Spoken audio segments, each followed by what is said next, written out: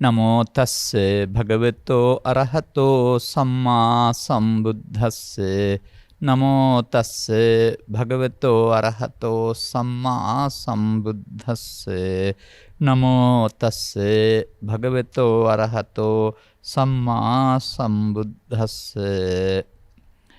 අතිකෝ ආවුසෝ තේන භගවතා ඥානතෝ පස්සතෝ අරහතා සම්මා සම්බුද්දේන දේ ධම්මා සම්මදක්ඛා භව දිට්ඨිච විභව දිට්ඨිච. ධර්මානුශාසනාවෙහි සදහැබර අනුග්‍රහක දායකත්වයේ දරන්නා වූ භවතුන් ප්‍රමුඛ හිමොතේ අපට සවන් දෙන්නා වූ නරඹන්නා වූ සදහැබර පින්නතුනි, අනුග්‍රහක භවතුන්ගේ අවසරය කැමැති දේශනාවක්, කැමැති මාතෘකාවක් තෝරාගෙන ධර්ම දේශනා කිරීම. මේ ධර්මදේශනා අපි මාලාවක් වශයෙන් කිරීමේදී යම් යම් වැදගත් කරුණු පවතින සූත්‍ර දේශනාවන් තෝරා ගන්නු ලබනවා. තෝරා ගන්නු ලබගෙන බොහොම විවේකයෙන් ලැබී තිබෙන කාලයට ගැළපෙන පරිදි පුංචි මාතෘකාව විග්‍රහ කිරීමකුත් තිබෙනවා. යම් යම් ආරාධනා ලැබුණොත් දීර්ඝ දේශනාවක් සඳහා වුවත් ඒක කොතරම් දීර්ඝ වුවත් පැයට ගැළපෙන ආකාරයට සාරාංශ කරගන්න හැකියාවකුත් අපට තිබෙනවා. අද මම තෝරා ගනු ලැබුවෙත් මේ දීඝනිකායේ සංගීත සූත්‍රයේ සඳහන් වෙන්නා වූ වැදගත් කරුණක්. මේකේ කරුණු ගොඩක් තිබෙනවා. මින් පෙරත් මම එකක් දෙකක් මතක් කරලා ඇති. සාරිපුත්‍ර මහරහතන් වහන්සේ ප්‍රකාශ කරනවා මෙහෙම. අරිහත් වූ භාග්‍යවත් තථාගතයන් වහන්සේ නුවණින් දැක පෙන්නන්නේ ඥානතෝපස්සතෝ කියන එක. මනවින් පැහැදිලි කර මොනවට වදාරන ලද දහම් නැත්තම් කරුණු දෙකක් ඇත. දෙකක් පමණක් ඇත නෙවෙයි, දෙකේ ඒවා බහුතරයක් ඇත. අපට අදාළ දේවල්, සමහර දේවල් ඔබට අදාළ නොවෙන්න පුළුවන්. වත්මන් සමාජයේ තිබෙන පැවතුම් වලට අදාළ දේවල් ආකාරයෙන් අපට මේ කරුණු දෙකක් ගැන සාකච්ඡා කරන්න මම සූදානම් වෙන්නේ. නමුත් මේ කරුණු දෙකම අදාළ මැදුම් පිළිවෙත නිවන් මඟ නෙවෙයි. නිවන් මඟ වැසී පවතිනා වූ අන්ත දෙකක් මේ දෙක.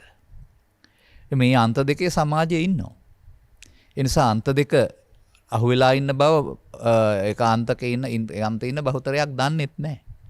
අන්න ඒක පැහැදිලි කරමින් අන්තද්වයට නොපැමිණ උභෝ අන්තය අනුපගම්ම මජ්ක්‍ධිමා පටිපදා කියන මේ බුදුන් වහන්සේ වදාළ මගට එළඹෙන්නට මේ අන්තද්වයේ ඉන්න අයට මේක උදව් උපකාර කරගන්න පුළුවන්.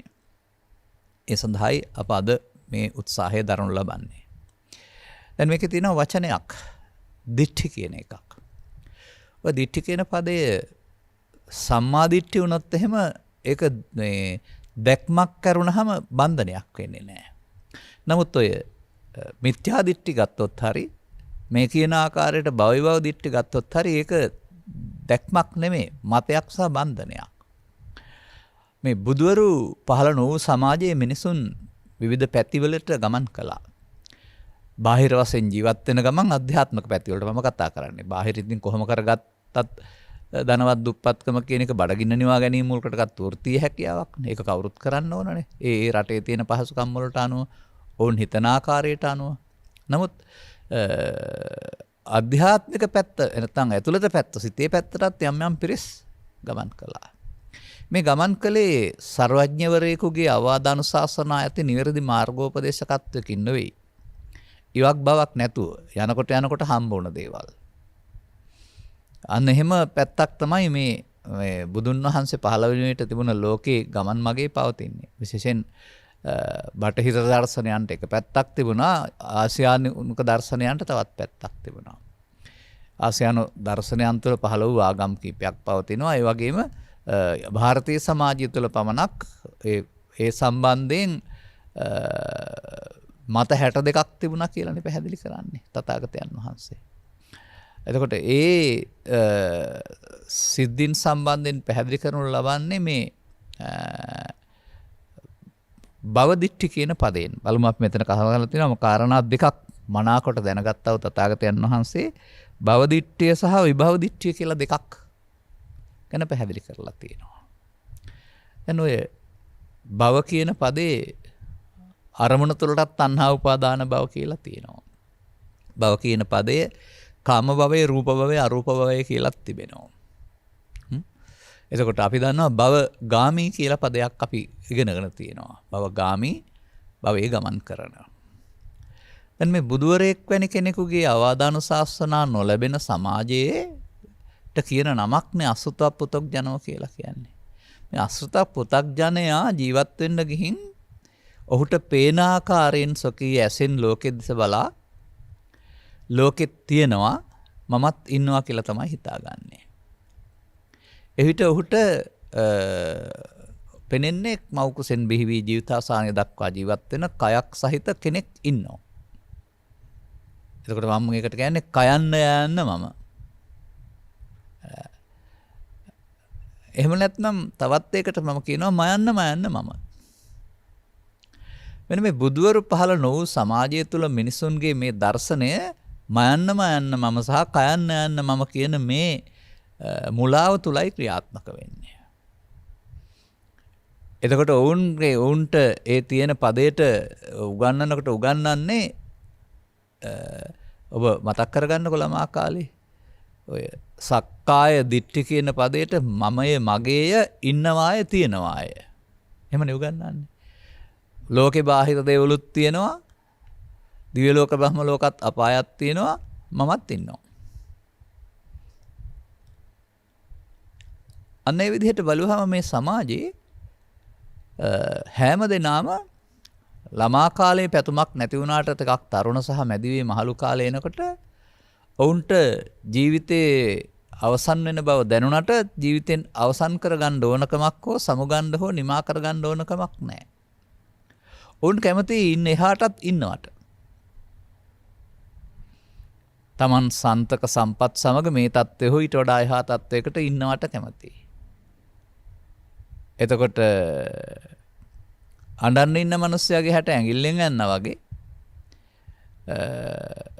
මේකට කවුරු හරි කියලා දෙනවා නම් මේ ජීවිතෙන් එහා පැත්තට මෙහෙම සැප ලබන්න තැනක් තියෙනවා සත්‍යයට ගමන් කරන්න පුළුවන් කියලා ඔහුගේ අර දිට්ඨියට සසඳන බැවින් ඔහු ඒකට එකඟ වෙනවා. මේ මතය තුළ තමයි ඔය මරණින් එහා පැත්තට සදාකාලික ස්වර්ගයක් හෝ නිරයක් වෙත යන්නට යන්නේ ඔය භව දිට්ඨිය නැත්නම් තමා ඉන්නවා තමාට සදාල ආත්මයක් තියෙනවායි කියන එක පිළිබඳව. ඒවා ඊතරම් අපි විග්‍රහ කරන්න නේතෝ තව ටිකක් මෙහාට ගත්තම ඔබේ භව දිට්ඨිය කුමක්ද බලන්න.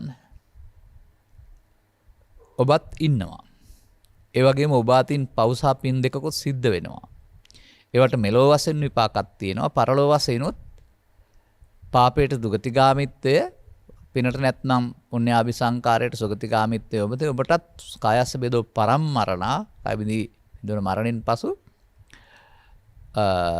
අපේ පැහැදිලි කිරීම වලට අනුව නම් ගාමී බවවල් තුනක් විතර තියෙනවා. භව දුගතිගාමී, භව සුගතිගාමී, භව ධානගාමී. ගාමී ගමන් කරන. අන්න මේ භවයේ ගමන් කිරීම තමයි භව දිට්ඨිය කියලා කියන්නේ. එතකොට ගමන් කිරීමක් තිබෙනවා නමුත් ඒක බුදු සමයට අනුවගත් කල හේතුඵල පසුව මා එක පැහැදිලි කරන්නම්. තේරුම් නොගත්ත පුද්ගලයා ඒකේ කල්පනා කරන්නේ මම යනවා.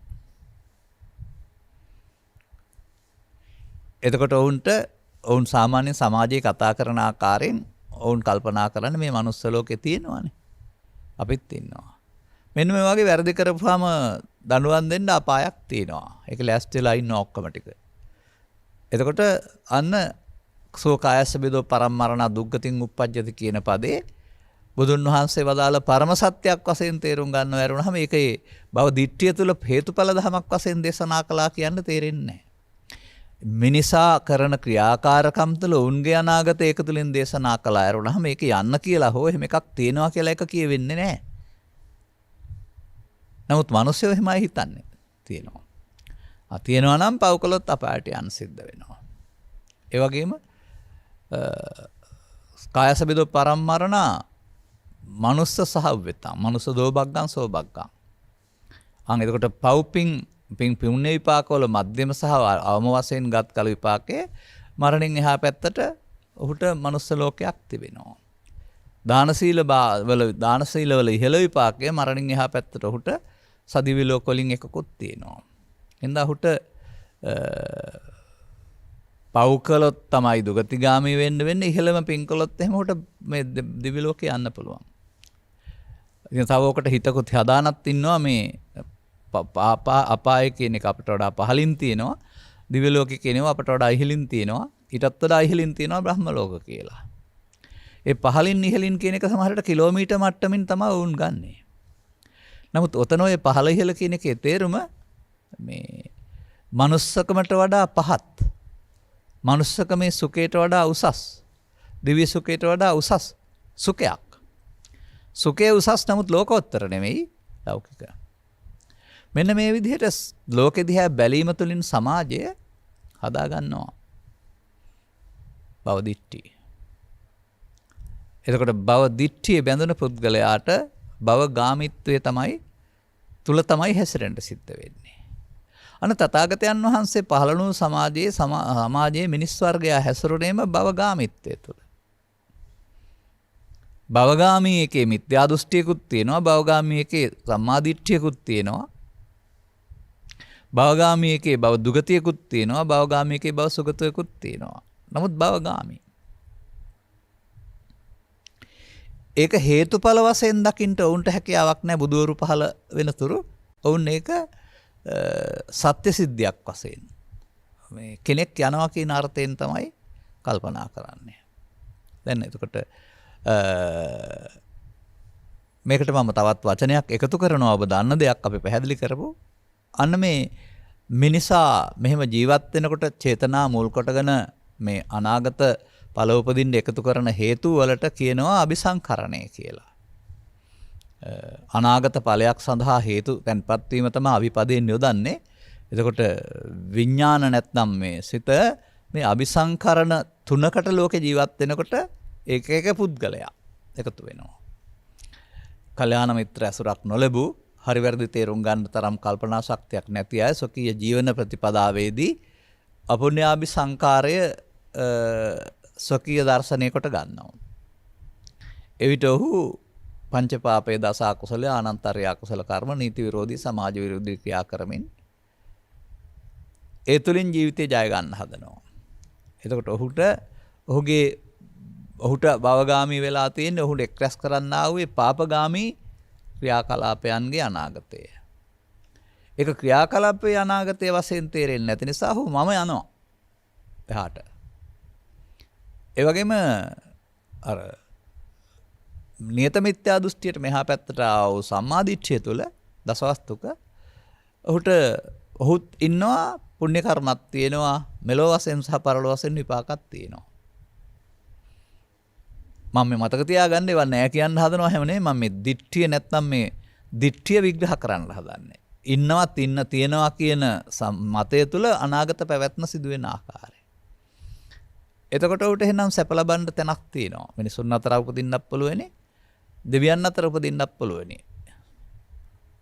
අන්න ඒ මතයෙන් ගත්ත බොහෝ දෙනා ඊට පස්සේ අර බුදුදහමේ හේතුඵල ධම හදාරන්නට උමු වෙන්නේ නැතුව එහෙනම් ඒක මීට වඩා සැපනම් බොහොම කල් ඉන්න පුළුවන් නම් එහාට යන එක හොඳයි.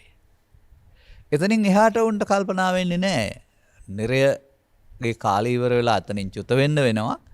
කාමසුගතියන්ගේ කාලය ඉවර වෙලා හෝටලයට ගියන් පස්සේ එකතු කරගත්ත සල්ලි ටිකෙන් ජීවත් වුණාම සතුටු දෙක අතේ කීයක්වත් නැතුව එළියට දානවා වගේ කරගත්ත පින් ඉවර වෙලා එතනින් ආයෙත් පස්ස බිම යනවා නැත්තම් බිමට වැටෙනවා කියන එක තේරෙන්නේ නැහැ. ඒක සදාකාලිකයි කියලා හිතන්නේ. දෙවියන්ගේ ප්‍රකාශ ගැන බැලුවම පේනවා දේවතා සංගුප්තේ පවතිනා වූ ඔවුන් ඉන්නේ නෙවෙයි කියලා. ਉਹ සදාකාලිකයි කියලා හිතන්නේ. තේරුම් ගත්ත අය තමයි අයියෝ අපි මේ නිදහසේ ඉන්නවයි කියලා හිතන් හිටියට අපිත් මේ සක්කාය තුලනේ ඉන්නේ කියලා බුදුන් වහන්සේට ප්‍රකාශ කරලා තියෙන්නේ. ඒ සක්කාය තුල ඉන්නවා කියන එකේ තේරුම ඔවුන් දිට්ඨියක ඉන්නවයි කියන එක. දැන් එතකොට මෙන්න මේ විදිහට ගෘහස්ත ජීවිත ගත කරන්නා වූ අය පුද්ගලයන් වශයෙන් ක්‍රියා කරමින් ඒ පුද්ගල ක්‍රියාකාරකම් පාපපින් නම් මොද්ද පැත්තකට බෙදා ගනිමින් එහි අනාගත විපාකයකට වස්තුවේ තුල හිර වෙලා ඉන්නවා. පෘථග්ජන සමාජය. එතකොට මෙන්න මේක තවත් එකක් එක්කලා ගත්තාම මේකට තමයි සාස්වත දෘෂ්ටිය කියලා කියන්නේ. සාස්වත කියන එකේ තේරුම සත්‍යයි සදාකාලිකයි ඒ ලෝකත් තියෙනවා මමත් ඉන්නවා යන්න කෙනෙකුත් ඉන්නවා. ඔබ පටන් ගන්නෙම මේ ළමා කාලේ මෙහා පැත්තට එනකොට මම ඉන්නවා කියන අදහසින්. අර මම මේකට පසුගිය දවස්වල පැහැදිලි කළා වැරදි සංකල්පනාවක් මූල් කොටගෙනම තමයි හාවා මේ ලෝකෙ පෙරලනවා කියලා දුවන්න ගත්තේ. ඉතින් ආපහු ගිහින් බලන තාක්කල් වැරදි සංකල්පනා මත දිවීම තියෙනවානේ. ඒක නිමා කරන්න නම් මේ දුවන්න පටන් ගත්තේයි කියලා හොයාගන්න ආපහු යන්න ඕනනේ. සිංහයාගේ උපදේශ මත ගිහින් බැලුවාම දුවන්න කාරණයක් නැති බව තේරුණානේ. මේ ඉස්සරහට දුවනවා වගේ මේ සසරේ දුවන එකනේ කරන්නේ. ඒකනේ ඔය කතාවෙන් පෙන්වනවා ඇත්තේ. අපට අදාළ නොවුනත් තව එකක් තියෙනවා. ඒකත් ත්‍රිපිටක ග්‍රන්ථවල පැහැදිලි කර තිබෙන නිසා සහ අදාළ පාර්ශවයේ දියුණු කරගත් තත්වයක් නැතත් අදාර්ශ පාර්ශවයට බෞද්ධ නමින් එහෙම නැත්නම් භික්ෂු නමින් යොමු වුණ අය මේ සමාජයේ ඉන්නවා. ලංකාවේ හෝ ලෝකේ. ඒ නිසා ඒ ගැනත් කතා කරන්න වෙනවා. දැන් මේ තථාගතවරු මේ සඳහා දේශනා කළේ හේතුඵල ධර්මයක්. ඒක මම අගට පැහැදිලි කරනවා. ඒ පිළිබඳ අවබෝධයකින් තොරව මේ ලබන සැපතට එහා සැපතක් හොයාගන්නට ගිය අය තමයි ಭಾರತ සමාජය තුළ විවිධ පැවිදි ආගමික නිකාය වශයෙන් නම් කරලා තියෙන්නේ අපේ ඉතිහාස ග්‍රන්ථවල. දූ දරුවන් මව්පියන් මේ දේවල් අතහැර අල්ප ආහාරයෙන් යකපින් සමාජයෙන් වෙන් වෙමින් සංචාරක ජීවිත ගත කරමින් යම් යම් ගවේෂණයන් කළ අය. බ්‍රාහ්මණ ආජීවක පාසණ්ඩ කියලා විවිධ වචනෙන් කතා කරන්නේ නැත්නම් තථාගතයන් වහන්සේගේ අර්ථයෙන් ගත් කළ අත්කල මතානුයෝගීන්. ඔවුන්ට මේ බාහිර ලෝකේ සැප සම්පත් පෙනුණා. නමුත් ජීවිතාවසානයේදී ඒවා අත්හැරලා යනකොට දුකින් යන්න වෙන බව ඊට එහා දෙයක් නැති බව. එනිසා වුන් ඒ දුකින් අත මිදෙන්න පරිේශන පවත්වපු අය. ආර්ය පරිේශන නෙමෙයි. යම් දේවල්. අන්නේ හොයා ගැනීම තුළ වුන් කරන්නේ මොකද්ද? निराහාරව ඉඳමින්, සමාජයේ නොගැටී ඉඳමින්, සිතට අදහස් එන්න නොදී ඉඳමින්, මග හරිමින් විවිධ පරිේශනයන් කරනවා. මේ පරිේශනයන් කරනකොට යම් යම් ප්‍රතිඵලත් හම්බ වෙනවා. ඒ ප්‍රතිඵලවල යම් කිසි ආස්වාදයකුත් තිබෙනවා. අර gedara හිටියට වඩා. ඒ නිසා අර දෙවියන් වෙලා ඉපදුනහම ඒ තමා ලෝකෝත්තර සුවය කියලා හිතනවා වගේ උන්ටත් මේ ලැබෙන්නා වූ රූපයට, ශබ්දයට, ගන්ධයට, තරහට, වෛරයට ඇතිවෙන්නා වූ පීඩණයෙන් තොරව ඉන්න පුළුවන් ලැබෙන එක සිත යම් ආකාරයේ කෘතිමව තැන්පත් කර ගැනීම තුළින් සංසුන් බවක් ලැබෙනවා. එතකොට මේක ඔවුන් සදාකාලික සැනසීම කියලා හිතනවා. එතකොට ඒක බුදුන් වහන්සේ පහළ වෙන්න පෙර ලැබුණ පැත්තක්. ඒක දියුණු කරගෙන යාමේදී ඔවුන්ට අපේ පොතපත සහන් කරන පරිදි නම් ආසවක්ඛේ ඥානය නම් වූ බුදුරලෝට හෙළි කරන්නා වූ දැක්ම හැරෙන විට අනිකුත් සියලු දේවල් අඩු වැඩි වශයෙන් එක එක පුද්ගලයින්ට ලැබී තිබුණා. වත්මන් අපි වයිගෙන හඳුන්වනු ලබන්නේ දිබ්බ චක්කු, ජිබ්බ සෝත, පරචිත්ත විඥානන, පුබ්බේ නිවාස ඥාන සහ මේ නොයෙකුත් දේවල් වශයෙන් කල්පක 500ක් විතර බලන්න තිබුණා. ඉර්ධිද ඥාන, අහසින් යාමේ හැකියාව ආදී කොට ඇති. මේවා කාට කොපමණ තිබුණාද කියලා මේ පැහැදිලි නෑ. නමුත් ඒවයි උපදවගත්ත යම් අය හිටියා. ඒ තුලින් ඔවුන්ට අර පස් දොරට ගැටෙන විට උපදින්නා වූ දුක් දෙන හැඟීම් වලින් මගහැරෙන්න ලැබුණ බැවින් එය සදාකාලිකයි කියලා හිතුණා. එතකොට ජීවිතය සදාකාලිකයි කියලා හිතුණා, දිව්‍ය ලෝකේ සදාකාලිකයි කියලා හිතුණා. මේ තුලින් ඒ ඉන්න තත්වයෙන් ඔවුන් කාලක්‍රියා කරනවා. එතකොට ඔවුන් මේ ලබලා තිබෙන සදාකාලික විමුක්තියක් කියලා ඒකෙහි ඇල්මක් ඇති කරගන්නවා. මේකත් අන්තිමට භව දිට්ඨිය. ඒක අපට කියන්නේ උද්දම් භාගී භවගාමී. භවගාමිත්වයේ බුදුදහම විග්‍රහ කරන්නේ ඕරම් භාගයේ උද්ධම් භාගයේ භවගාමී කියලා. එතකොට පාපේ සහ පින තුළ කාමදුගතිය සුගතිය තුළ භවගාමිත්වය ලෞකික රූපාවචර අරූපාවචර ධාන තුළ උද්ධම් භාගිය තුළ භවගාමිත්වය. එතකොට මේ ඔක්කොම තමයි මේ භව දිට්ඨි කියන්නේ. අතක තියාගන්න. එන බුදුවරුන්ගේ ඉගැන්වීමකින් හේතුඵල ධර්මයේ තේරුම් නොගෙන යන්න ගියොත් ඔය මගේ තරුණ කාලේ අදාළ නැතත් ඔය ලැබුණාම කියවපු තියෙනවා මන්ත්‍ර පොත්පත් කියලා කොටසක්. මන්ත්‍ර ගුරුකම් කරන්න මේ ඉගෙන ගත්තත් නෙමෙයි කළෙත් නෑ. නමුත් අර මේ අතට හම්බ වෙන ඕනෑම පොතපතක් ඩීමන් ආනන්දගේ නවකතාවල පටන් පිටු 72 කියවපු කෙනෙක්නේ. ඒ නිසා ඒවත් නිදන් අදුලව පවා කියවලා තියෙනවා ඒ කාලේ අගයන් නැති වුණාට. දැන් කොහෙද දන්නේ නැහැ කියවපු එක. එතකොට ඒකේ පෙන්නනවානේ මේ මන්ත්‍ර ගුරුකම් වල තියෙනවා වැරදුනොත් වරදී කියලා වරහන් ඇතුලේ අගට දාලා. ඉතින් මම එහෙම මන්ත්‍ර ගුරුකම් කරන් ගිහින් වැරදුන අයගේ පවුල් පිළිබඳවත් දන්නවා. එතකොට මෙන්න මේ අයට මේ පාරේ වැරදුනොත් වරදී කියන එක තේරෙන්නේ නැහැ. ඔය භවදිට්ඨිය තුළ වැරදුනොත් වරදී. නමුත් තථාගතයන් වහන්සේ ලිකල වදාලා වූ ඔය භවවිභවි දෙකට මැදින් යම් කිසි පාරක් මම පැහැදිලි කරන්න කල්පනා කරනවානේ. ඒකේ ඔය වැරදුනොත් වරදී කියන එක එහෙම නැහැ. ඒ තරමට ඒක අපි කියන්නේ පාර ක්ලියර් කියලා පිරිසිදුයි මාර්ගය පැහැදිලි. දැන් මම එක පැත්තක් පැහැදිලි කළා. අනිත් පැත්ත බරපතල සංඛ්‍යාවක් නැති වුණාට මේ ඒකේ අයත් ඉන්නවා. දැන් මෙන්න මේ විදිහට බොහෝ දෙනෙක් අහුවෙන්නේ මේ පින්පව් විපාක විශ්වාසය තුළ දසවස්තුක සම්මාදිට්ඨිය තුළ භව දිට්ඨියකට. ඔවුනුත් ඉන්නවා ඔවුන්ට භව ගමනකුත් තියෙනවා විපාකත් තියෙනවා. එහෙනම් නැද්ද කියලා හයි නෑ. ඒක තුළ පවතිනා වූ මුලාවක් තමයි ඔබට මේ පැවැත්ම හදලා දෙන්නේ. ඒ මුලාව බුදු සමය වශයෙන් පිළිගන්න සිද්ධ වෙලා තියෙනවා අවුරුදු 700ක් තිස්සේ. ඉතින් ඒක තමයි මෙතන ලොකුම ඛේදවාචකේ. එහෙනම් අපි වැරදිද කියලා අහන්න හදනවා. නමුත් ඔබේ ඉගැන්වීම් වලට අනුව ගන්න මේ සමයේ බුදු සමය තුළ තිබුණානේ මාර්ගඵල පිළිවිලින් ලැබීම නිවීම කියලා එකක්.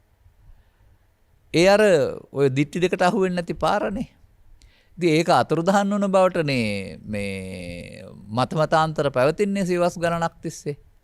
අන්න ඒ මග අතුරුදහන් වුණා කියන එකේ තේරුම තථාගතයන් වහන්සේ වදාළ මැදුම් පිළිවෙත නැත්නම් මේ දෙකට අහු නොවන පාර අතුරුදහන් වීම තුළින් යලිත් වතාවක් බුදු සමයත් භව දිට්ඨියට අහු වුණා. ඉන්පසු වුන් සසරේ ඉදිරියට යන්න අනාගත බුදුවරයෙක් දකින්න එදාට සත්‍ය අවබෝධ කරගන්න යන්න පාරක් සසරේ ඇවිදින්න පාරක්. අටමහා කුසල් දසමහා කුසල් කටිනානිසන්ත ආදී සේරම තුළ ඊට පස්සේ සසර ඇවිදින්න සසරේ සැප ලබන්න පාරක නෙවෙයිද මේ ඉන්නේ. හරි වගේ පෙනුනට. අනිත් එක ගනිමු. බැලුවාම ඉතින් මේ කයක් මව්පියන් හදනවා ජීවිතාවසානයේ ජීවත් වෙනවා පොළොවට පස් වෙනවා. ආය ආදාහනේ භූම දානය කරපුවාම පොළොවට එකතු වෙනවා කොහොමවත් යන්නේ නැහනේ කවුරුත්. සිත පිළිබඳ විග්‍රහයක් තේරෙන්නේ නැහැ. සිත පිළිබඳ විග්‍රහයක් ඔවුන්ට තබා මේ බුදු සමය සඳහන් පරිදි වෙනත් ආගම් වලවත් නැතිකොට. කාය සිත දෙකට බෙදා සිත පිළිබඳ ගැඹුරු විග්‍රහයක් නැහැ. ආත්මයක් වශයෙන් තමයි උන් විග්‍රහ කරන්නේ. මේ නිසා අම්මා තාත්තා නිසා ඇති වුණා කෑවා බිව්වා පොළොවට පස් වුණා ඉවරයි ඉන් එහාට නෑ. එහෙම නැත්නම් තවත් විදිහකට තියෙනවා ඕක. කෙහෙල් ගහ පීදුනා. කෙහෙල් ගහ ඊට පස්සේ ආයේ කෙහෙල් ගහ පීදලා මැරුණාම ඉවරයිනේ. පැල හැදෙනවා. ඒක තමයි පුනර්භවය. දරුවෝ හැදෙන එක තමයි පුනර්භවය. කෙහෙල් ගහෙන් පැල හැදෙනවා වගේ අපි දරුවෝ හදනවා. දරුවෝ ජීවත් වෙයි අපි ආයේ මෙහෙ එන්නේ නැහැ. ඔය මට විද්වතෙක් කියපු කතාවක්මයි මම ඔය කියන්නේ. ඔය ඔහුගේ පුනර්භවයේ හැටි. එතකොට ආයේ මොකක්වත් අමුතුවෙන් ආගමක් ඕනෙත් නැහැ. කාලා බීලා ජීවත් වෙන එක විතරයි තියෙන්නේ. හොඳින් හරි නරකින් හරි. හොඳින් ජීවත් වෙ යුතු කියන එකටත් මතය තියෙනවා අහු ළඟ. නමුත් එතනින් එහාට ආයේ හොයන්න දෙයක් නැහැ ස්වභාවයෙන්ම ජීවිතය ලැබුණා ඉවරයි. එතකොට ඒකේ කර්ම විපාක විශ්වාසය නැමැති දිට්ඨියක් නැහැ. එතකොට ඒක සියල්ල මරණින් හමාරයි. ඒ වගේ මේකේ තව පැත්තකුත් තියෙනවා මේ දුක තියෙන්නේ කයක් තියෙන නිසා කයෙන් බින්දහස් වුනහම මරණින් එහා පැත්තේ දුකක් නැතිවීමක් තියෙනවා. ලෝකේ තියෙන රටවල් වලත් වර්තමානයේ තරුණ පරපුර තුලත් මෝදු වෙමින් එනවා නිරාගමික කියලා දෘෂ්ටියක්. නිරාගමික කියන එකේ තේරුම ආගමකට සම්බන්ධ නැති කියන එක. නමුත් අය ආගමකට සම්බන්ධ නැහැ කියන එකේ තේරුම ඔය ලංකාවේ පවතිනා වූ පූජනීය ස්ථානවල ඇදහිලි වලට යන්නේ නැහැ කියන එක. ඒ එකක් තුලත් ඔවුන්ට පෙනෙනවා වෙන්න පුළුවනි. ඇදහිලි විද විශ්වාසය අරුණාම ඊට වඩා එහාට දෙයක් ලැබෙන්නේ නැහැ කියලා. ඒ නිසා වෙන්නට පුළුවනි ඔවුන් එහෙම නිරාගමික වෙන්නේ. නමුත් ඔවුන් නිරාගමික වෙනවා කියන වචනේ මම විග්‍රහ කරන්නේ ඔවුන් ඒන් සුරාවට සූද දුරාචාරයට කම්සෙප්ටටපත් වෙනවා නම් ඔවුන් නිරාගමික වෙලා නැහැ. මතක තියාගන්න. මේකට මම කෙටි අර්ථකථනයක් සපයන්නම් මේ ඉදිරියේදී පැහැදිලි කරන අර්ථයෙන් උක්ත වෙලා. මෙහෙමයි පැහැදිලි කරන්න තියෙන්නේ. ආගමික කියන වචනේ තේරුම තම තමන්ගේ ආගම් වලට අදාළ පුදසිරිත් පවත්වන අදාළ පූජනීය ස්ථානට යන සහ එහි උගන්වා තිබෙන වෘතයන්. දැන් බෞද්ධයින්ට නම් පංචශීලය, එහෙම නැත්නම් පොයට අටශීලය, පන්සල් යාම, වෙසක් පොසොන් උත්සව පැවැත්වීම එතකොට ආගමික. ඒ වගේ නිවාඩු දෙන නිවාඩු ගන්න එක. ඒ වගේ අනිත් ආගම් වලටත් රජයේ නිවාඩු සමග අවුරුද්ද පුරා යම් දින තියෙනවා. මේවා ස්මරණ එක තමයි ආගමික ජීවිතය කියලා කියන්නේ. සැබවින් ගත් කල මේවා යම්කිසි සමානතාවයක් තියෙනවා. දිනවක් වාන වෙනස් වුණාට ඔවුනොන්ට අගයක් තිබුණාට අනිත් අයට අගේ නැති වුණාට ඒක මම දකින්නේ සමාන බවක්. මේක ආගමික ජීවිතය කියලා මේකෙන් වැඩක් නැහැ කියලා සුරාවට දුරාචාරයට වැටෙන්න නම් එපා. එතකොට නිරාගමික නෙවෙයි කාලකන්ණි ජීවිතේ ආපහු වැටෙන්නේ උච්ඡේද දෘෂ්ටියට නැත්නම් මනුස්සකම ලබාගත් මනුස්සකමේ දියුණුව පරිශ්‍රණය කරන්න බැරි වෙලා පරිශ්‍රණයෙන් දියුණු කරගන්න බැරි වෙලා ලත්තන ලොප් වීම. මීට වඩා ගැඹුරු ආගමික ජීවිතයක් තියෙනවා. ඔය සමස්ත සමාජයේටම. එතනදී ඔය ආගමික චරිත විවේචනට ලක් කරන්න හෝ පහර ගන්න අවශ්‍ය නැහැ. නමුත් බුදු සමය තුළ ලෝකේ ඉන්න ඕන කෙනෙකුට සොකී ඔය ආගමික ලාංඡනය තබාගත්තට කමක් නැහැ. ඕකට පහර ගහන්න හෝ මාරු කරන්න ඕන නැහැ. බුදු සමයේ පෙන්වන ආගමික ජීවිතය ඊට වඩා ගැඹුරුයි. අන්න ඒ ආගමික ජීවිතයට එන්න ඔබ බෞද්ධ ලේබලයක් පැලඳුවේ ගත්ත නැතුවට හෝ පූජනීය ස්ථානට නොගියට කාර්යයකුත් නැහැ එහෙම අකමැති නම්. නමුත් මේන් කියන නිරාගමික ජීවිතයට එන්න වෙනවා. මොකක්ද ඒ නිරාගමිකය කියන්නේ? මේ සමාජයේ ජීවත් වෙනකොට පවතිනවා ඔබේ සිත විසින් ඔබ මෙහෙවන වැරදි පාරවල් හතරක්. ඡන්දාගතින් ගච්ඡති, දේශාගතින් ගච්ඡති, බයාගතින් ගච්ඡති, මෝහාගතින් ගච්ඡති. ඡන්දයෙන්, දේශයෙන්, බයෙන්, මෝහයෙන් ඔබ නොමග යනවා. එතකොට නිරාගමික වුණාට වැඩක් නැහැ, ආයෙත් පාපගාමී. මෙන්න මේ ඔබව පාලනය කරන්නා වූ අගතිගාමී බලවේග ඔබට මර්ධනය කරන්න, විනාශ කරගන්න පුළුවන්. එතකොට තව ටිකක් එහාට ගත්තොත් එහෙම මේකේ මූල තත්වයන් ධර්මයේ සඳහන් කරන්නේ ලෝභ දේශ මොහ කියලා. එතකොට ඔබ ලෝභ දේශ මොහ විසින් පාලනය කරන්නේ. ඒකයි අගතිගාමී කියලා කියන්නේ. අන ලෝකේ ජීවත් වෙනකොට ලෝභය විසින්, ද්වේෂය විසින්, මෝහය විසින් ඔබ පාලනය කරන්නේ නැත්නම් ඔබට ලෝභක්කය, දේශක්කය, මෝහක්කය කියන තැන ඉඳලා ජීවත් වෙන්න පුළුවන් නම් ඒ තමයි බුදු සමයේ පෙන්වන ස්ත්‍රියට, පුරුෂයාට, ගිහියාට, පැවිද්දාට හැමදෙනාටම උගන්වනු ලබන ගැඹුරු ආගමික ජීවිතය. එතකොට චාරිත්‍ර වාරිත්‍ර අතහැරෙන්නෙත් නැහැ. ඇඳුම වැදගත් වෙන්නේ නැහැ. ඇඳුම කොහොමත් ඉතින් මේ සමාජයේ මේ සකස් කරලා තියෙන ආකාරයක් නේ. ආවරණය සහිත ඇඳුමකින් ඉන්න ඕන. අර ආදිවාසීන්ගේ යුගයේ වගේ කොලාතු ඇඳගෙන ඉන්නත් බෑ. එහෙම නැත්නම් නිර්වතින්නෙත් නැහැ. ශරීරයේ ආවරණය යුතු තැන් වැසෙන්නට, එහෙම නැත්නම් වැස්සෙන් සුළඟෙන් ආරක්ෂා වෙන්න කියලා නෙමෙයි ඇඳුම් පරිහරණය කරනවා කියලා එහි යථා තත්ත්වය විග්‍රහ කරන්නේ ප්‍රත්‍යවේක්ෂාවේදී. ඒ නිසා වත්මන් නිරාගමික ප්‍රවණතාවය කාමයන් විඳින්නට නම් සීමාවකින්තරව ඒක නිරාගමික නෙමෙයි, තිරිසන් ප්‍රතිපදාවට වැටෙනවා. ඊට මත්තෙන් ඒක තේරුම් ගන්න. නිරාගමික කියන එකේ එහෙම වැරදි පැත්තට වැටෙන්නේ නැතුව ඔය ආගමික ලේබලේ ඉපලඳවා ගත්තේ නැතුවට මෙන්න මේ தત્ත්වේ මේ ජීවිතේ ගත කරන්න පුළුවන් ඕනෑම ඇඳුමක් තුළ ඕනෑම රැකියාවක් තුළ යහපත් මිනිස්සෙකුට. ඒක තමයි මම දකින්න බුදුසමයේ ත්‍රිපිටකයේ සුළු සඳහන් සැබෑ ආගමික ජීවිතය. මෙන්න මේ ආගමික ජීවිතයට ගත්තම මිනිස්සයෝ අනාගතේ නෙමෙයි අද හැදෙන්නේ. අද හැදෙනවා කියන එකේ තේරුම මේ තියෙන සම්පත් සාධාරණ ආකාරයෙන් භුක්ති විඳින්නට බෙදී යන්නට සහ ඔවුනොවුන් මේ සමාජයට හානියක් නොකරන පුද්ගලයන් බවට පත්වීමෙන් තුළින් ඔවුන්ගේ අභිවෘද්ධිය සමග සමාජයටත් පිළිලක් නොවන තැනට ගේන්න පුළුවන්. නිසා ගැඹුරු ඉගැන්වීමකින් තොරව උඩින් පල්ලෙන් අතකා බලා ආගම සිරිත් අතහර සුරාවට සූදුවට දුරාචාරයට ලොල්වීම නිරාගමික ජීවිතය කියලා හිතන්න එපා. එතකොටත් ආයෙත් වැටෙන්නේ මේ පෙන්නපු උච්ඡේද දෘෂ්ටියට. දැන් මම ඔබට පැහැදිලි කළා සෑහෙන වෙලාවක් අරගෙන බුදුවරු පහළ නොවූ සමාජයේ මිනිසා විසින් මෙන්න මේ ආකාරයට Tamanට පේන මට්ටමින් සාස්වත උච්ඡේද දෘෂ්ටියකට අහු වෙනවා. සාස්වත භවදිට්ඨි විභව සාස්වත භවදිට්ඨි විභවදිට්ඨි. භවය කාම රූප අරූප භවයේ ඇවිදින්නට ගිහින් භවයක් තියෙනවා මමත් ඉන්නවා කියන දිට්ඨිය භවදිට්ඨි. පොළොවට පස් වුණාම කය ඉවරයි. හිත අහසට යනවා ඊට පස්සේ ආයෙ උපදින්න කෙනෙක් නැහැ.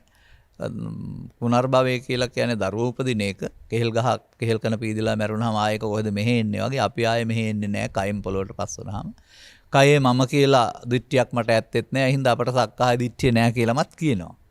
ඒ සක්කාය දිට්ඨිය උන් විග්‍රහ කරන ආකාරයේ. කයේ මම කියලා හැඟීමක් නැහැ කියලා. සක්කාය දිට්ඨිය පවා තේරුම් අරන් නැතුවනේ මේ විග්‍රහ කරන්නේ.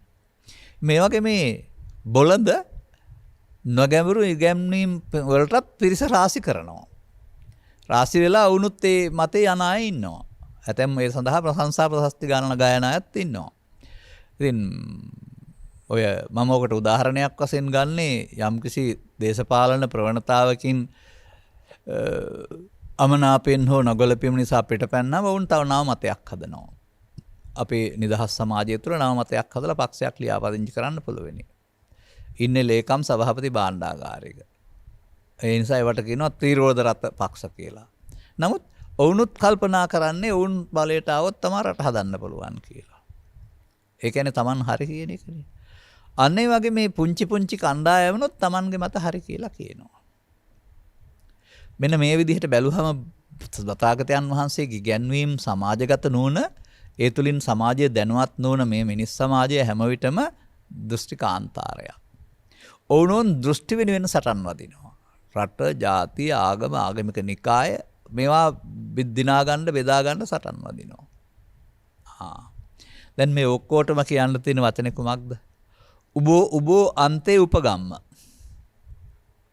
තථාගතයන් වහන්සේ පැහැදිලි කරලා දාරන්නේ උබෝ අන්තේ අනුපගම්ම කියලානේ.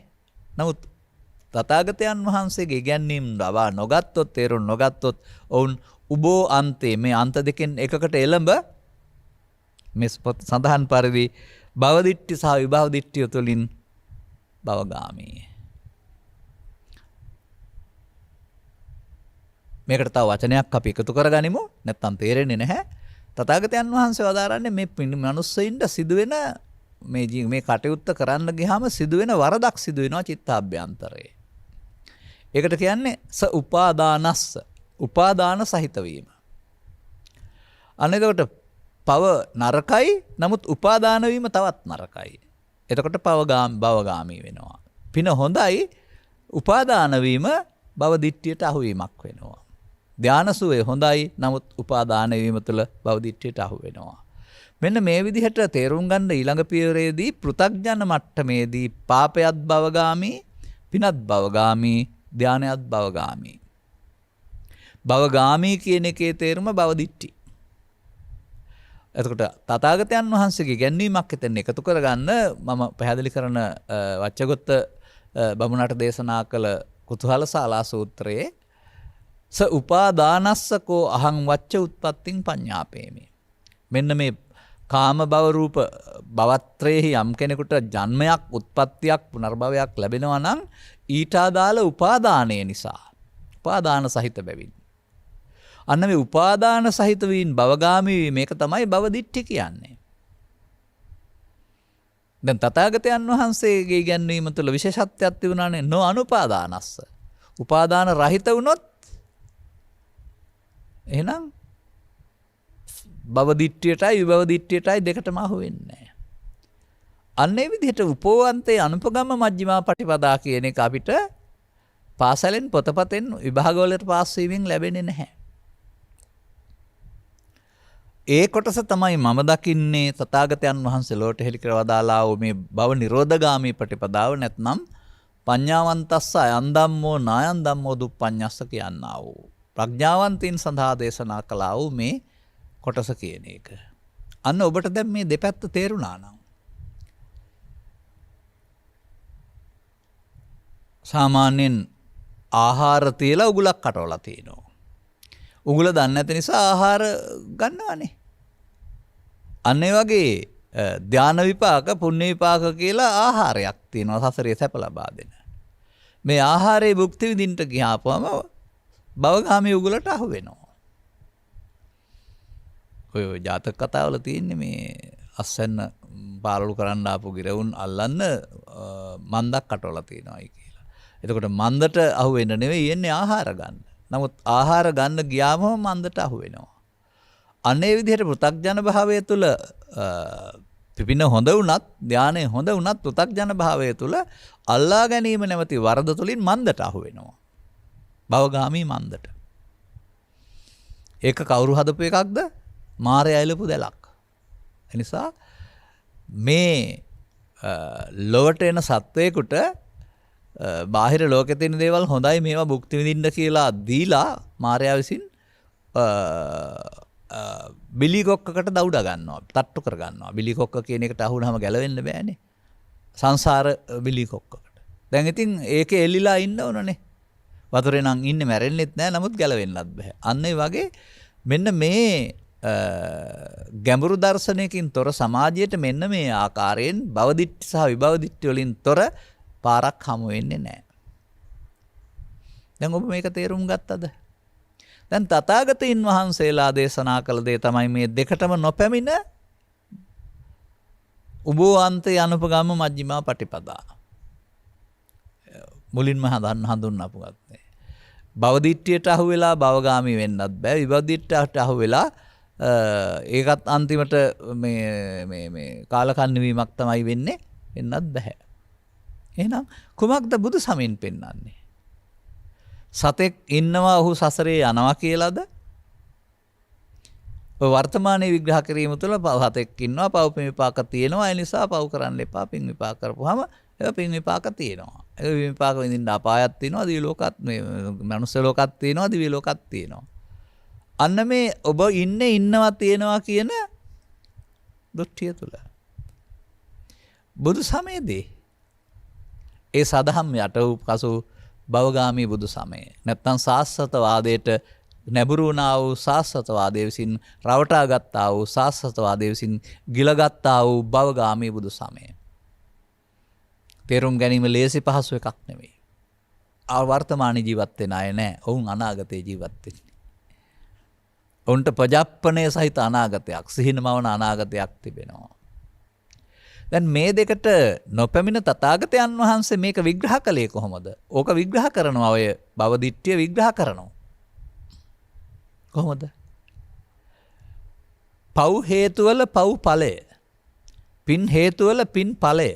ධාන හේතුවල ධාන ඵලය. ඔබේ කය මෙහෙන් යනවා නෙවෙයි. හේතුව රැස් කළොත් හේතු පටිච්ච සම්භූතං. එනම් පව් හේතු උපාදානය කරගත්තාම සම්භූතං කාමදුගතියේ. පින් හේතු උපාදාන කරගත්තාම සම්භූතං කාමසුගතියේ. ධාන හේතු උපාදාන කරගත්තාම සම්භූතං රූපී අරූපී භවතල. හේතු බංගා නිරුජ්ජති. ඒ පදේ වළංගු නෑ නේද ඔබට? ඔබ ඉතින් හේතු බංගා ඔය වෙන බාහිර ලෝකේ තියෙන ඒවාට කතා කර ඉඳීවි. හේතු නැත්නම් ඵලේ නෑ කියලා. වතුරයි වී යටේ පොරහයි වතුරයි ජලයයි එකතු නැත්නම් පැලවෙන්නේ නෑ කියලා හරි. එහෙම නැත්නම් ඔය ගැටුමක් හටගත්තාම මේකේ ඵලය දැකලා ඒ හේතු එකතුනේ නැතුව නම් මේ හේතු වෙන්නේ නෑ කියලා හරි බාහිරයට විග්‍රහ කරයි. භවගාමී උත්පත්තිය නැමැති ඵලය සඳහා ඔබ ජීවිතය තුළ එකතු කරගන්නා වූ භවගාමී හේතු වල ඵලයක් කරුණාම ඔබ කියන්නේ ඇස කන නාසය දිවකය නම් ඒක පොළොවට පස්සේ රයින් එහාට යනවද? මේ ළඟදි මට කතා කරපු සිඟිත්තියක් මගෙන් ප්‍රශ්නයක් ඇහුවා. මට ප්‍රශ්නයක් තියෙනවා. මේ කොහොමද ඔය මරණයෙන් පස්සේ සුනකයෝ එහෙම වෙලා උපදින්නේ? ඔන්න ඒ කියන්නේ මේ කයම පුද්ගලයාම යනවා කියලා තමයි සිඟිති හිතට තේරෙන්නේ. ඔය ලංකාවේ පවතින ආගමික ග්‍රන්ථයකත් අප උපහාසයට ලක් කරනවානේ. පුනර්භවයේ තේරුම් ගත්තේ නැතුව. මේ අපිම ගිහින් සුනකයෝ වෙලා උපදිනවලු. එහෙම ඒගොල්ලොත් හිතන්නේ. ඉතින් මේවා ගැන කතා කරන්න ඔවුන්ගේ දැනුම මදි. ඔවුන් සිංහල දැනුම වැඩි දියුණු කරගන්න වෙනවා. එතකොට අපට ඕක පෙන්වන්න පුළුවන්. හේතුඵල වශයෙන්. ඒක මේ ඔවුන් කල්පනා කරන්නේ කය ආත්මයක්, ඒ ආත්මය සතා බවට පත් වෙනවායි කියලා. ඔවුන් මේ කය තුල සිදුවෙනා වූ ක්‍රියාකලාපයේ පවට පිනට ධානයට බෙදලා බරගෙන අනාගතය කියන්නේ පව් හේතුවේ පව් ඵලය, පින් හේතුවේ පින් ඵලය, ධාන හේතුවේ ධාන ඵල වශයෙන් හේතුඵල වශයෙන් දැක්කහම සතෙක් නම් යන්නේ නැහැ. නමුත් ගොයම් ගස මිය ගියා යනකොට බීජයක් රැස් කරලා මිය ගියාම ගොයම් ගහේ පැල වෙන්නේ නැහැ. නමුත් බීජේ පැල දරනවානේ අනාගත පරම්පරාවට. බීජය නිසා නෙමෙයි ඊළඟ පරපුරක් හටගන්නේ. ඒ වගේ අතින් ඇල්ලිය හැකි බීජ නොවුනාට මිනිසා ජීවත් වෙනකොට චිත්තසංතානය තුළ රැස් කරනු ලබනවා පාප කර්ම බීජ, පුණ්‍ය කර්ම බීජ, ධාන කර්ම බීජ කියලා කර්ම බීජ වර්ග 3ක්. බීජ කියන පදේ පාවිච්චි කරන්නේම ද්‍රව්‍ය සංඛ්‍යාත හංගවන්න නෙමෙයි, ඵල හට ගන්න මුල් වෙනවා කියන එක පෙන්වන්න. එහෙනම් ජීවත් වෙන්න ගිහින් මේ බීජ රැස් කළොත් ඒ බීජ නිසා පැලවෙන එක තමයි කායස්ස බෙදෝ පරම්මරණා දුග්ගතින් උප්පජ්ජති සුග්ගතින් උප්පජ්ජති බ්‍රහ්ම සහවිතං උප්පජ්ජති කියලා කියන්නේ. හොඳයි. දැන් බලන්න. පාප කර්ම බීජ නැත්නම් ඒ ඵලය හමු වෙනවද? පුණ්‍ය කර්ම බීජ නැත්නම් ඒ ඵලය හමු වෙනවද? ධාන කර්ම බීජ නැතිනම් ඒ ඵලය හමු වෙනවද? ඒ නිසා පෘථග්ජන භාවයේ තුල පාප කර්ම බීජ රැස් කිරීමත්, පුණ්‍ය කර්ම බීජ රැස් කිරීමත්, ධාන කර්ම බීජ රැස් කිරීමත් එකට වඩා එකක් හොඳ වුණාට භවගාමී. සතතාගතෝ භව නිරෝධාය ධම්මං දේශේති. තථාගත බුදු පියාණන් වහන්සේ භව නිරෝධය පිණිස දේශනා කළ දහමක් තියෙනවා. මේකකවත් මේක තියෙනවද? අන්න අපි හොයන්න ඕන තථාගතයන් වහන්සේ දාහෙලි කළ අද අවබෝධයෙන් තොරව කතා කරන මේ භව නිරෝධගාමී පිළිවෙත ජීවිතයට යොදාගන්නේ කොහොමද? නමුත් ඔබ මේ සාස්වතේ බැඳුනහම ඔබත් ඉන්නවා. ඔබට මේ ලෞකික උරුම කරගන්නත් ඕන. ඔබට මේ ආස්වාදය නැත්තම් වේදිත සුඛය ලොකුයි. වේදිත සුඛය ලොකුයි, අවේදිත සුඛය ශූන්‍යයි ඔබට. ඔබේ දැක්මට අනුව. නමුත් වේදිත සුඛය තුල තමයි දුක් විඳින්න තියෙන්නේ. අවේදිත සුඛයක් කියන එකේ තේරුම සුඛයක් නෑ නෙමෙයි. විඳින්නා නැමැති මුලාව නෑ. එනිසා අපි එකට කියන්න තියෙන නිවීමක් ඇත, නිවන සාක්ෂාත් වීමක් ඇත, ලැබපු කෙනෙක් නැත කියලානේ. එහෙමයි අපි ඒක සාමාන්‍යයෙන් විග්‍රහ කරන්න ඕන. හරිම අමාරු දෙයක් ඔය බුදු සමයේ අසංකතේ විග්‍රහ කරන එක. මොකද ඒක මෙලොව ඵලයක් නෙමෙයිනේ, ලෞකික ඵලයක් නෙමෙයි, ඒක ලෝකෝත්තර ඵලයක්. නමුත් ඉතින් ඒකට යන්න අනුමාන ඥාන තියෙනවා. අනේ අනුමාන ඥාන ඔස්සේ ගියාපුවාම හිතා ගන්න පුළුවන්. දැන් ඔබට සිතට එන තරහ තියෙන බව තේරෙනවා, වෛරය තියෙන බව තේරෙනවා. එන නිසා මෙන්න මේ වගේ ආනාපානයේ හෝ තවත් මොකක් හරි සිත එක්තන් කරන පුරුද්දක් ඇති කරගත්තොත් ලෝභයට, ද්වේෂයට, මෝහයට දුණු සමාජයේ සංසුන් සිතක් තියෙනවා කියලා තේරෙනවා. ඒක තියෙනවද නැද්ද? එතකොට ඒක තියෙනවානේ. නමුත් ඒක හැබැයි බුදුන් වහන්සේ වදාළ මේ සංසිඳුන සිත නෙමෙයි, ඒක ආයතනයක්. නමුත් ඒ අනුමාන ඥාණයෙන් එහෙම එකක් තියෙනවා කියලා තේරුණාම දැන් තථාගතයන් වහන්සේ දේශනා කරපු සූත්‍රයක් තියෙනවානේ. නූපන් නොහටගත් හේතුවකින් නොහටගත් එය ඇත්තේය. බුදුන් වහන්සේ වදාළා වූ ලෝකෝත්තර සුවය කියන එක පිළිබඳ උන්වහන්සේ වදාරලා දෙය. මහණෙනි, එය නැත්නම් මේ මිනිස්සුන්ට මේ ලෝකයේ තියෙන දුක් වලින් මිදීමක් නැත්තේය. ඒ ඇති නිසා දුකින් මිදීමක් ඇත. ඒ නිසා මේක දුකින් මිදීමක් නේ. එතකොට මේකෙදි අර ලෝකේ පෙරනවා කියලා හිතාගෙන දුවන්න පටන් ගත්ත එක වගේ මම ලෑස්ති වෙලා මම හදාගෙන සසර ඇවිදින්න හදාගත්ත වෙනුවට මම හොයලා බලන්න. එතකොට මම යනු නිත්‍ය සත්‍ය සදාකාලික දෙයක්ද? ඒක සක්කාය දිට්ඨියක්ද කියලා තේරෙනකොට දිට්ඨිය කියන්නේ මොකද්ද? මුලාවක් නේ. ඉතින් මුලාව හදාගෙන සසර යන්න හදනවට වඩා මුලාව ආපහු ගිහින් බලලා තේරුම් ගන්නකො. මොකද වෙන්නේ කියලා. ඉතින් එතකොට අර ඇතමුන් පැහැදිලි කරන පාදී මේ කය පොළොවට පස් වෙනවා මේ කය මම කියලා කෙනෙක් නෑ කියලා හරි. ඒක 32කට බෙදපුවාම 32කින් එකක් පාසා බෙදලා බලුවම මම කියලා කෙනෙක් නෑ කියලා හරි බැලුවට ඒක නොගැඹුරු ඉගැන්වීම. තථාගතයන් වහන්සේ මම පෙන්ලා තියන්නේ කොතනද කියලා ඔබ දැන් අහලා තියෙනව නේද? ඔය පඨම සහ ဒုတိ ය අසුතවන්ත සූත්‍රවල මම විග්‍රහ කරනවා වෙලාවකට අසුතව පු탁ජනයාට කය දිරා යන බැවින් කය ලෙඩ වෙන බැවින් ඒකෙන් මිදීමක් ඕනේ. ඌ කැමති ඒකෙන් මිදෙන්න. ඔවුන්. නමුත්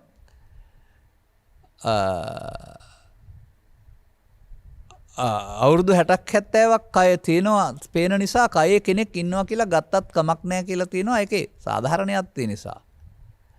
නමුත් තථාගතයන් වහන්සේ වදාරනවා ඒ කය තුල පවතිනා වූ ඉති මනෝ ඉති චිත්ත ඉති විඥානං මනස හෝ සිත විඤ්ඤාණය එයට එන දේ මම කොට ගත්ත මුලාවෙන් මිදෙන්න අර සාස්වත උච්ඡේද දුෂ්ටික වාදීන්ට කාටවත් බෑ. එයට එන දේනේ මම කොට අරන් තියෙන්නේ. එතකොට මොකක්ද ඒක? අසුත පු탁ජනයා සිතට එන දේ. සිත යන්න වඳුරෙක් නැත්නම් අත්ෙන් අත්තට පැන යන සත්වෙක් එක අත්තක් අතහැර තව අත්තක් අල්ලා ගන්නාසේ සිතින් සිතට යන ගමනක් කරුණාම ඒ එකට මුල් අත්තේ නෑ දැන් ඊළඟ අත්තේ. ඒ විදිහට. අන්න ඒ විදිහට මේ සිතින් සිතට යන ගමනක් නේ පවතින්නේ මේකේ. අන්න පෘථග්ජනයාට මේ සිතට එන දෙය කයන්න යන්න මම නොවත් නොව මයන්න මමත් නොව සිතට එන දේ අල්ලා ගැනීමෙන් හැදෙන එක සක්කාය දිට්ඨියවත් මම බව තේරුම් ගන්න සාස්වතවාදය තුළ උච්ඡේදවාදය තුළ උගන්වන්නේ නැහැ. අපේ බුදුදහමේ පොත්පත්වල පවා වචනේ තිබුණට පැහැදිලි වෙන්නේ නැහැ. ඒ නිසා පවත් පිනක් ධානයත් උපාදානය තුළ සක්කාය සමුදය ගාමිනී ප්‍රතිපදාවමයි. සක්කායංචෝ වික්ඛවේ දේසිස්සාමි සක්කාය සමුදයංච. නමුත් බුදුන් වහන්සේ සක්කාය නිරෝධ ගාමී ප්‍රතිපදාව. මේ රූප වේදනා සංඥා සංකාර නම් වූ සක්කාය මම කොට ගැනීමෙන් මිදෙන ප්‍රතිපදාවට නෙමේ හේතුඵල න්යාමයේ කියන්නේ. මැදුම් පිළිවෙත කියලා කියන්නේ.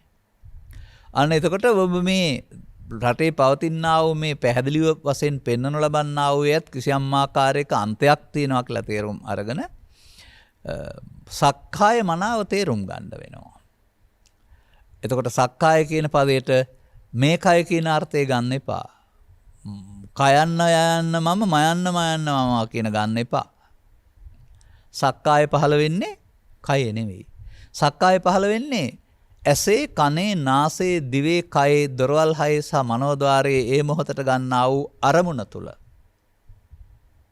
අරමුණට කියනවා අරමුණ රූපේ නම් අරමුණ ශබ්දේ නම් අරමුණ ගන්ධේ නම් ඒ රූප අරමුණ මුල්කට ගත්ත ඒ ශබ්ද අරමුණ මුල්කට ගත්ත ඒ ගන්ධ අරමුණ මුල්කට ගත්ත විඳීමට වේදනාව වශයෙන්ොත් ඒ දෙක හැඳිනීමට සංඥාව වශයෙන්ොත් ඒ තුනට අනුව අගයන් එකතු කිරීමට සංඛාරයේ වශයෙන්ොත් මේ හතරේ ක්‍රියාකාරීත්වය විශේෂයෙන් දැන ගැනීමට විඥාන වශයෙන්ොත් මේකට සක්කාය කියනවා. පැහැදිලිව සක්කාය පංචස්කන්ධය. නමුත් සමුදය ගාමනේදී සක්කාය දිට්ඨි කියන්නේ මෙන්න මේ දැන් සක්කාය කියන්නේ උපාදානස්කන්ධ ඇති කරන ස්කන්ධ පහට කියලා වේදල්ල සූත්‍රයේ පෙන්නනවා. ඒකට එන දේ මම කොට ගැනීම සක්කාය දිට්ඨියයි කොහොම පංචස්කන්ධයට මොනවද එන්නේ? රූපේනවා, ශබ්දේනවා, ගන්ධේනවා, රසේනවා, රූප තණ්හා, ශබ්ද තණ්හා, තණ්හා එනවා, ලෝභේනවා, දෝෂේනවා, මෝහේනවා, පවේනවා, පිනේනවා, ධානේනවා. දැන් මේ එන එක නේද මම වෙන්නේ අල්ලා ගැනීමෙන්. දැන් උපාදානයෙන් මම හැදෙනවා, මම හැදුනහම උපාදානය වෙනවා. ඒක නේද දිට්ඨි කියලා කියන්නේ. දැන් තේරෙනවද භව දිට්ඨි සහ විභව දිට්ඨි? ඒක පැහැදිලි කරන්න වෙන්නේ පංච උපාදානස්කන්ධය තුළ. එතකොට දිට්ඨි පැහැදිලි කිරීමේදී අර උපාදානස්කන්ධ කියන එක තමයි දිට්ඨි. අන්න දැන් මේක තුළ මේක පහළ වෙන එක නවත්තන්න බෑ ජීවිතේ. නමුත් මේ මඤ්ඤමානය මමත්වෙන් ගැනීම මම හඳුනාගත්තාම මම යන්න තියෙන දෙයක් නෙමේ. Taman ඒකේ ඇලීම ගැටීම තුළ හදාගන්නා වූ මුලාවක් නේද කියලා තේරෙනකොට. දැන් මඤ්ඤමානය වෙනුවට අමඤ්ඤමානය තේරුම් ගැනීමට හේතුඵල වෙනුවට හේතු නිරෝධයෙන් ඵල නිරෝධය තේරුම් ගැනීමට තරම් ඔබේ ඇස යොමු වෙනවා. දැන් එතකොට පාප කර්මය හෝ පුණ්‍ය කර්මය හෝ ධාන කර්මය හෝ උපාදානය තුළ රැස් කළොත් සෝපාදානස්සකෝ අහං වච්ච උත්පන්තිම් පඤ්ඤාපේමි. නොඅනුපාදානස්ස මේ මොහත උපාදානයේ කොට අවසන් වීම වෙනුවට උපාදානෙන් මිදීම මුල් කොටගත් ප්‍රතිපදාවේ උපාදානයේ කොට අවසන් වීම ඒ හේතු වල ඵලයයි. පාප හේතුවේ ඵලයයි, පුණ්‍ය හේතුවේ ඵලයයි, ධාන හේතුවේ ඵලයයි. කන්නං කන්න විපාකං, සුක්ඛං සුක්ඛ විපාකං, කන්න සුක්ඛං කන්න සුක්ඛ විපාකං බුදුන් වහන්සේ විග්‍රහ කළාට සාස්වත දෘෂ්ටිය තුල නේද? නමුත් ඒ මෙදෙන්ට තථාගතයන් වහන්සේ අකන්නං අසුකං අකන්න අසුක්ඛ විපාකං කම්මක්ඛයා සංවත්තති අන්න බුදුදහමේ මැදුම් පිළිවෙත. අන්න ආගමික ජීවිතේ. ඉතින් මෙතෙන්ට එන්න අවශ්‍ය දැනුමෙන් පෝෂණය කිරීම තුළ තමයි අපේ මේ පන්සලට වෙලා තනියෙන් ඉන්නේ නැතිව අපේ වැඩක් කරගන්න තියෙන විවේකයෙන් විශාල ප්‍රමාණයක් ඔබ වෙනුවෙන් කරලා මාධ්‍ය ඔස්සේ ඔබට විවෘත වෙමින් මේ පැහැදිලි කරන්න හදන්නේ අපට පෞද්ගලිකව යමක් ලබා ගන්න දෙයක් නෙමෙයි. මේ ලබාගත් මිනිසාට මේ රටක් තුළ ජීවත් වෙන විට අවුල්යෝල් බහුල වෙමින් හැම විටම රට වර්තමානයේ පරිලාහ නිරයක් බවට පත් කරගනිමින් වාද විවාද කලකෝලාහල විරෝධතා ව්‍යාපාරය වුණා වෙන මොකවත් පේන්නේ නැහැ මාධ්‍යවල. ආහාර ටිකක් හොයාගෙන දරුවන් පෝෂණය කරගෙන අවුලක් වේවුලක් නැතුව සංසුන් ජීවිතයක් ගත කරන්න පුළුවන්. ලදදීන් සෑහීමටපත් වීම කියන එකේ අර්ථය යටතේදී දරා ගන්න ශක්තියක් යටතේදී දැහැමි සමාජයක් හදන්න ඕන මලවුන්ගේ අතර නෙවෙයිනේ. අනාගත බුදුන් වහන්සේගේ ශාසනය උන්වහන්සේක හදාගත්තාවයි. එදාට එන අය.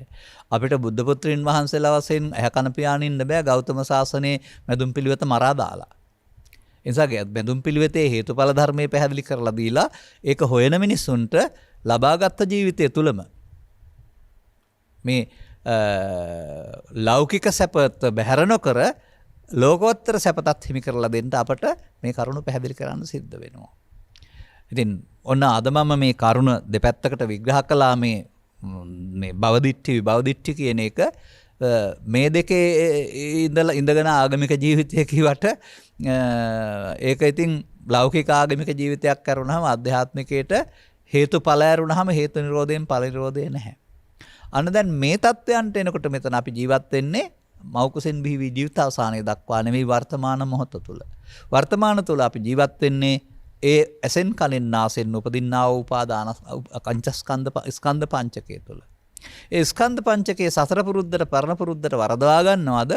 ඒ පරණ පුරුද්ද අතහැර දමා අලුතින් අපි සංසොන් වෙනවද? එතකොට අපට අර දිට්ඨිය වලින් මිදෙනවා. ඒකට එන දේ මමකට ගැනීම දිට්ඨිය නම් ඒක මමකට නොගන්නවාටනේ දිට්ඨිය කැඩෙනවා කියලා කියන්නේ. ආත්ම දෘෂ්ටිය කැඩෙනවා කියලා කියන්නේ එතකොට භවයෙන් භවයට හෝ ජීවිතයේ මුල ඉඳලා දක්වා වූ යන ආත්මයක් තියෙනවා කියන එක වෙනකොට මේක හේතුඵල. මේ හේතුන්ගේ ඵලයේ කර්ම විපාක කර්මක්ෂය කර හේතුන්ගේ තව ඵලයක් තියෙනවා ලෝකෝත්තර විපාක. මේ කර්ම විපාක වල මේ දුක් විපාක සියල්ල තියෙන අතර සැපතකුත් තියෙනවා 16න් එකක. නමුත් අර හේතු නිරෝධයෙන් ඵල නිරෝධේ විපාකයේ 16න් 15ක් තරම් විශාල සමග අවසානයක් ආරම්භයක් මුලක් මැගක් අගක් නැති බැවින් අසංකත කියලා කියනවා. එතකොට මම හිතන්නේ වටම ගිහින් ගෙට ආවා වගේ. එහෙමත් නැත්නම් අර වැරදිලා බේරෙන්නට මූදට වනින්න නැත්නම් ඉස්සරහට දුවන්න ගිහින් කොච්චර දීවත් ඉවරයක් නැති බව දැනගෙන ආපහු ඇවිදින් ගමන නිමා කරගත්තා වගේ ඔබ හිටපු තැනට එනවා. එතකොට ඔබට හේතු නිසා ඵල භවගාමී බව සහ හේතු නිරෝධයෙන් එකම භවයක්වත් යන්න නොවන බව තේරුම් ගන්න පුළුවන් වෙනවා. මෙන්න මේ තේරුම් ගැනීම දක්වා ඔබේ කරුණු පැහැදිලි කර ගන්න වෙනවා. මේ අන්ත දෙකට අහු වුණ ලෝකයක් තමයි තියෙන්නේ මොන ආගමක් තුළ හිටියත්. ඒක අපිට පැහැදිලිව පෙනෙනවා.